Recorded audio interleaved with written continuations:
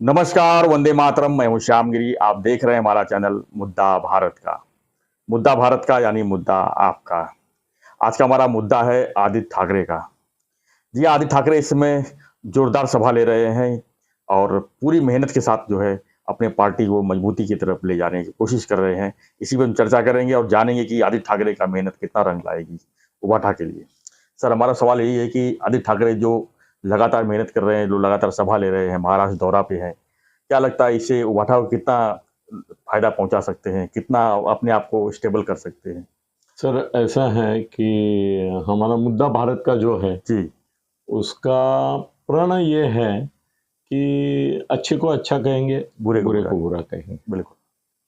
और सच्चे को सच्चा और झूठे को झूठा। तो आदित्य के बारे में एक पेंगुइन का वीडियो मैंने ही बनाया था जी जी जी, काफी और फेमस हुई थी वो, काफी वायरल हुई थी वो। उसमें मजाक भी उसका बहुत किया था।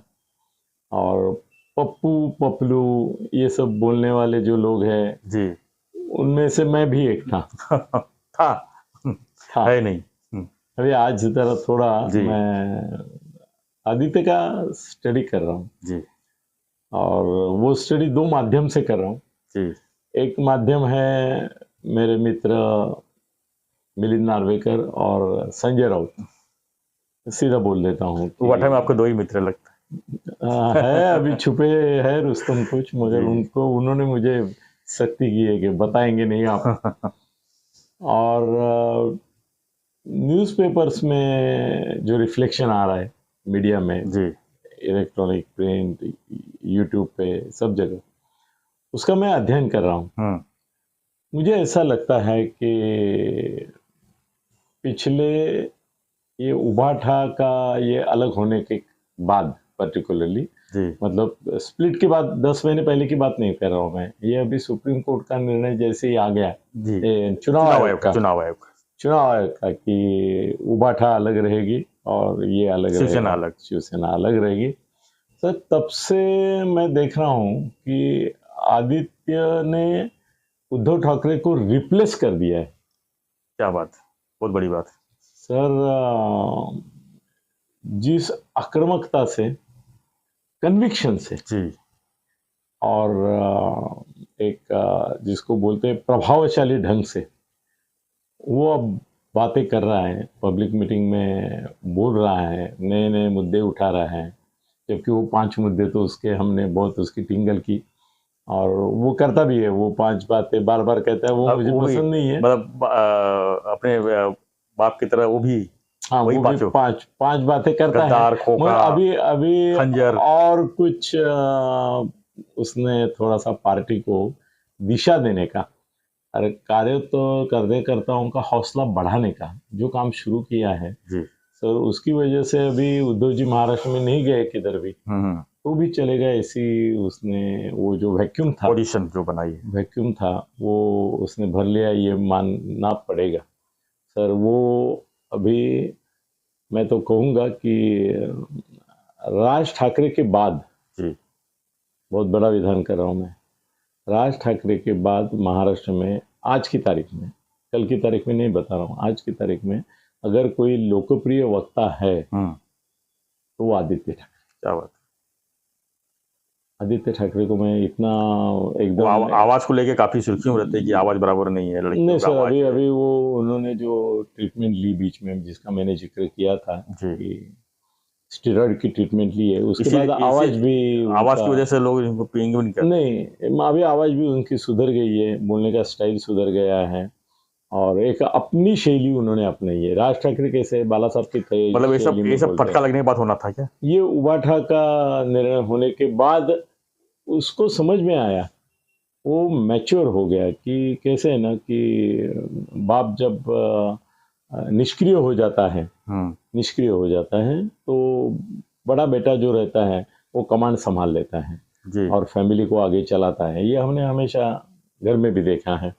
तो अभी उसको पता चला है कि पिताजी से कुछ होगा नहीं और अगर पिताजी के ऊपर छोड़ दिया तो ये उभाठा जो है वो डूब जाएगी, ये भी उसको मालूम पड़ गया। तो अगर उभाठा को बचाने वाला कोई है तो मैं ही हूँ, ये भूमिका वो गया है।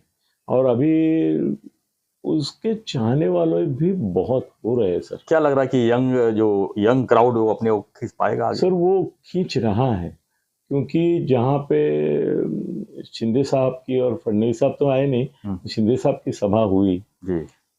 उसके कम से कम 10 गुना बड़ी सभा आदित्य की हुई। कहाँ पे? वर्ली? वर्ली में। सर कल भी उसकी पश्चिम उपनगर में जो सभा हुई, वहाँ पे मैंने वो क्राउड देखा, क्राउड का फोटो देखा, सर खचाखच भरा हुआ था। और लोग सर भरा था कि भरवाया गया था, ऐसा भी हो सकता है? नहीं सर, कैसे ना, शिवसेना भरवाती नहीं है, मनसे और शिवसेना जो है उबाठा, वो ऐसे भरवाते नहीं है। वो उनके उत्स्फूर्त आने वाले आते हैं, आएंगे उनका भला, नहीं आएंगे उनका भी भला। वो कांग्रेस वाले करते हैं, बीजेपी वाले आजकल वो करने लगे हैं, अपने शिवसेना शिंदे गुट वाले वो भरते हैं ऐसा, वो तो नंबर 1 है उसमें, पैसा खर्चा करके। मगर उन्होंने बीकेसी में भी दिखाया कि लाखों लोग कलेक्ट कर सकते हैं। मगर अभी लोग जैसे राज ठाकरे को सुनने के लिए आते हैं जी। वैसे जिनके मन में शिवसेना के प्रति थोड़ी सी आत्मीयता है, थोड़ी सहानुभूति है, वो आदित्य को सुनने के लिए आ रहे हैं। कल उसकी जो सभा हुई, मेरे ख्याल से गोरेगांव में हुई, वो सर अभूतपूर्व थी। उसमें उसका करीबन 1 घंटे का जो भाषण था, 1 घंटे का? 1 घंटे का भाषण था, और सर वो लोगों को इम्प्रेस करने वाला टारगेट था। किसी को किया? नहीं, उन्होंने तो इसको ही टारगेट किया, शिंदे गुट को टारगेट किया, बीजेपी को थोड़ा किया, मगर ज़्यादा करके शिंदे गुट को किया। मगर भाषण बहुत अच्छा किया उन्होंने, और जो अच्छा किया वो अच्छा किया, उसको बोलना ही 1 घंटा लगातार बोलना भी सर बहुत मायने रखता है। हाँ, मायने रखता है 1 घंटा बोलना, और वो भी पब्लिक उठी नहीं सर।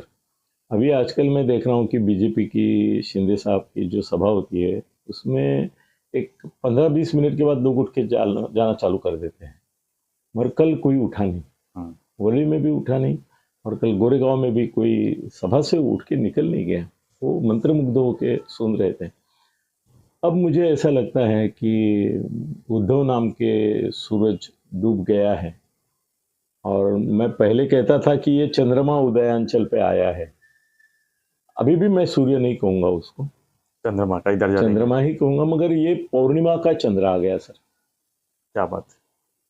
मैं उसको अमावस्या का चंद्र समझता था, मगर आज की तारीख में आदित्य जो है वो पूर्णिमा का चंद्र बन के उभर आया है सर। अभी वो प्रकाश दे रहा है। कोई चुनाव तो नहीं है, लेकिन उसके बाद भी जिस तरह सभा हो रही है, क्या ये खाली अपने पार्टी को मजबूती करने दोनों है सर, दोनों है सर। कैसे है ना, मराठीमध्ये एक चांगली म्हण आहे की तहान लागल्यावर विहीर नसते खाण्याची, मतलब आपको प्यास लगे तभी कुआं ढूंढे तो नहीं, पानी प्यास लगने पे नहीं, पहले से आपको वो प्रावधान करना पड़ता है।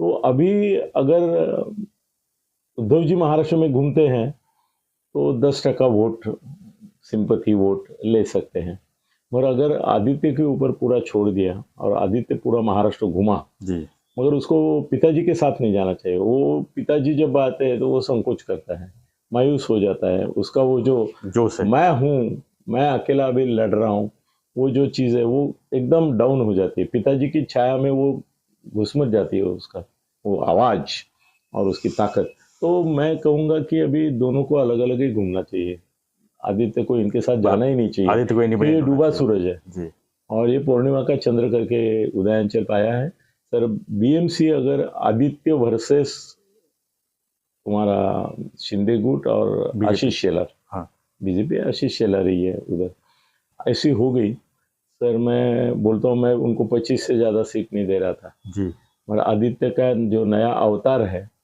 वो अगर बम्बई में प्रकट हुआ और उद्धव जी बीच में नहीं आए, उद्धव जी सर ऐसा तो नहीं हो सकता, ऐसा तो हो ही नहीं सकता कि उद्धव जी नहीं, होना चाहिए। उद्धव को समझना चाहिए कि उद्धव को चाहिए कि मेरी तबीयत ठीक नहीं है, आदित्य ही आएगा, वो बोल अनाउंस कर देना चाहिए इनको, हाँ कि मैं मेरी तबीयत ठीक नहीं है, आदित्य लड़ेगा, या आदित्य की सभा अलग होगी। बाला साहब ने भी वही सर ये पिछली बार 84 थे जी, अगर आदित्य ने जी जान लगा कि जैसे अभी वो कर रहा है वो किया तो 60 तक जाएगा, 60 मतलब डबल सीट, सत्ता नहीं आएगी हाँ, मगर जो 25-30 पर हम रोक रहे थे उनको, वो 60 तक जा सकते हैं, सत्ता नहीं आएगी उनकी, ये पक्का है। मगर मैं आदित्य का तहे दिल से अभिनंदन करूंगा, ऐसे ही बने रहो, जोश बनाते रहो, जोश रहो।